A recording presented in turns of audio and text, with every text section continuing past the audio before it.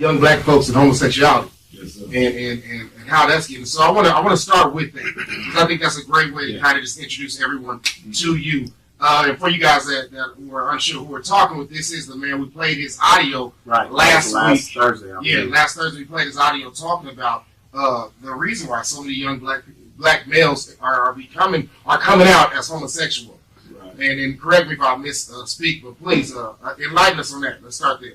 Okay, well, let me back up. Okay. I don't want to just die. You want to nod. I want to clarify. No, I'm bringing this up on purpose.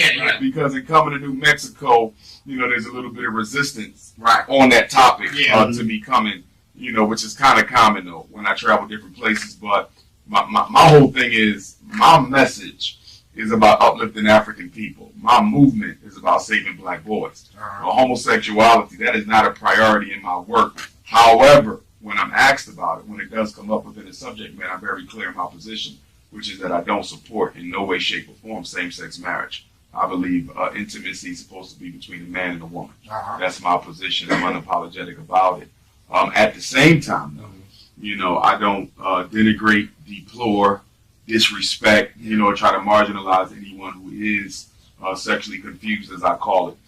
Being a therapist, I've done a lot of work with gay and lesbian brothers and sisters, and they have a very traumatic background in most cases. So I do not endorse the conception that people are born gay at all. In my personal work, as a therapist, clearly it has been an outgrowth of experiences they had, early traumatic life experience. In nearly every case, I was able to see exactly what triggered it. In the males, it was largely sexual molestation,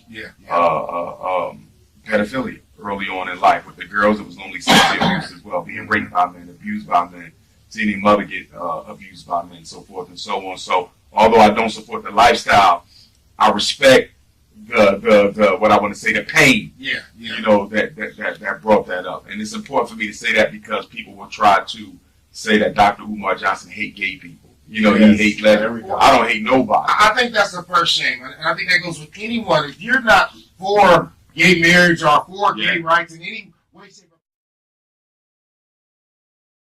or you don't support interracial marriages. No, sir. Explain this one. Sure. I would start out by reiterating what I said earlier. My position on any issue is what benefit does it bring to the black community. Okay, black women in their situation, lowest marriage rates in the country. What good is it for black men to be marrying non-African women without sisters being dead last for marriage? You see, so that's it. It doesn't have anything to do with hatred for white women or any other women. It's about love for self. Not only that, we got to look at the economic aspect of this. Marriage is a business. And women live longer than men, black women and white women do. So naturally, if you marry a white woman, you're going to leave this earth before she does. She inherits your wealth. She inherits your estate. She's not going to use any of that money to help benefit black folks. So what you're doing is you're taking away from people who ain't got enough, and you give it to people who already took enough from us. You see, so from a financial standpoint, I don't see a benefit from it. And then with the children. So you have biracial children who I'm going to accept as African. As Pan-Africans, if a child has an African mother, father, they us. That's what they are. Comes to genetic crossover. There's no 50. And as far as society sees it, they see you as black. You're not. Now, if you're light skinned, you're black. They don't see you as. I've never seen, and my son is light skinned, but I've never seen any light skinned kids called white kids. They're always called black kids. If you got black in you, you black. Because the African gene is dominant. It's dominant. So when an African gene meets with anybody else's gene, because we're the mother and fathers of everyone else, that crossover is going to make that child, regardless of the skin tone, their genetic makeup is going to be 99% African. So there really is no such thing as a biracial child. It's just like chocolate milk and white milk. So you get more chocolate milk. You don't get half chocolate. Right. So what's up? There's no 50-50 child. Nobody is half black and half white. Nobody. You're nearly all black because of the genetic crossover. There's no 50-50 split. A recessive gene cannot hold its weight against a dominant gene. You see, the dominant gene takes it over. But even though they're genetically and biologically and ancestrally African, a lot of biracial children end up with issues. You see, I know because I do therapy with them. You understand? They always feel that they don't quite fit. Especially when you're talking about a black and a white parent, because you're talking about the two most politically polarized groups. How am I going to work this out? White folks have done all this to black folks. Black folks can't stand white folks for what they've been through, and I'm half of each. Mm-hmm. It's a very difficult world to navigate. The white families will never accept you. Yeah. You know, and I've heard this by so many biracials about how, you know, the white side of their family.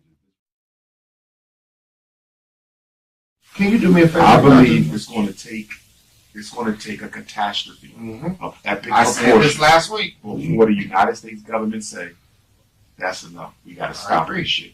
And what I mean by that is I believe hundreds of black men and hundreds of white men are going to have to die in a clash before the government recognizes that something. I'm not condoning this, but sadly, I think it's going to come to us pulling out our guns. It's anybody who studies conflict, military science, white supremacy, can look at this and say, first of all, the president ain't going to do nothing about it. The governors, think about it. All the people who have the ability to step in and do something are not going to do it. Right. Black people are going to have to force them. What is the only thing you can do that's going to force that? Right. You're going to have to be willing to die. Yep. Some black people are going to have to die. Murder, death, kill. Exactly. And police are going to have to die. It's going to be a clash. Yeah. That's the only way that the international community is saying, you know what, United States, I need to handle that shit. But right now, because it's only one-sided, them killing us, and we're accepting it, nothing will be done. But the minute we say, you know what, fuck this, we fighting back, this shit gonna happen. You understand? Because we'll have to be a catastrophe. And I hate to say it, I don't want to see nobody die on either side. Yeah. And I damn sure don't want to see no black men die. Yeah. But I know some of us are gonna have to lay down our life to end this shit because we've let it go too far. They're out of control. So with that being, go ahead. Speaking of police, you know, let's spin it to the Beyonce thing. You know, the police were basically saying that she shitted on the police departments. Right, so they're not going to do security for her. How do you feel that, you know, her performance actually brought out so much hate? Or do you think her performance... Well, let's start with just tell us what you think about her performance. Okay.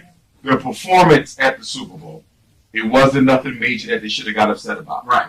It was a subliminal shout of support to the anniversary of the Black Panther Party. Yes. All right. Her video said a little bit more than the performance did, but it was artistic. It was artistic expression of a